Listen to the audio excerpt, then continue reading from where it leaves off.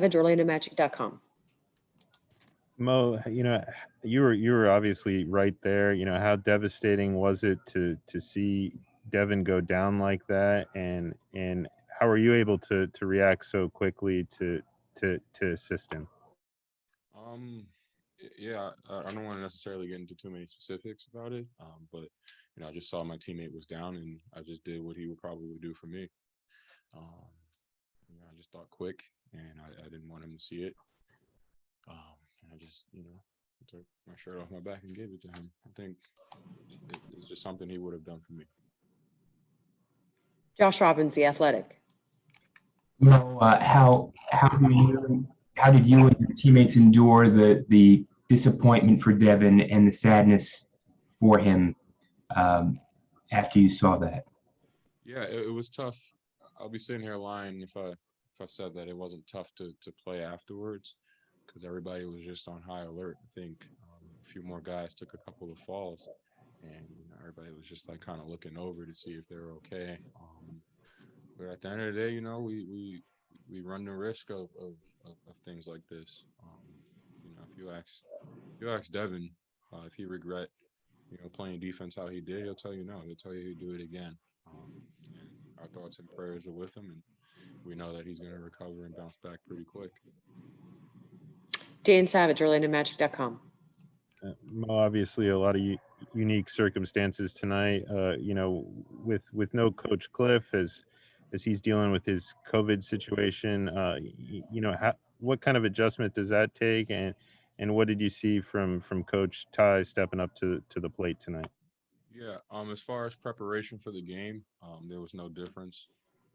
Our assistant coaches are pretty spot on with making sure that we not only have their sets, but we have their out of bounds plays, their baseline plays, and their sideline plays as well, and even player tendencies. I think Coach Ty did a great job of getting us prepared, but it was up to us players to go out there and just execute it.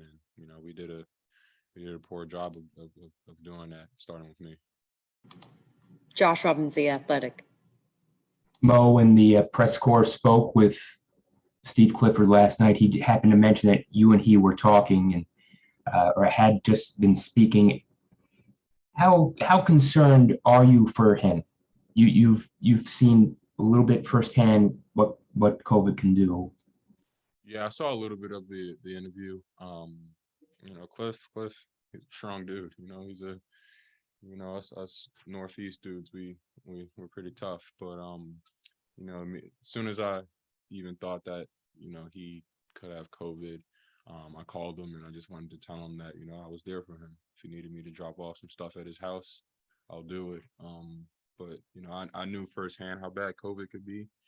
Not even necessarily the during, but the aftermath of it.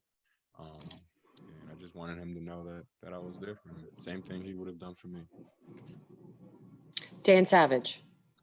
Mo, your team, plays again in probably less than about 22 hours. What would you like to see from your group tomorrow, and how do you go about approaching this little bit of time that you have to prep for the game? More fight, more concentration, and just more togetherness. We're starting with more fight. We got to go out there and play with some pride. The Lakers are going to come in here; they're defending champions. It doesn't get much better than that. But just more fight. We're going to go out there and fight, and that's starting with me. Any final questions? Thank you, Mo.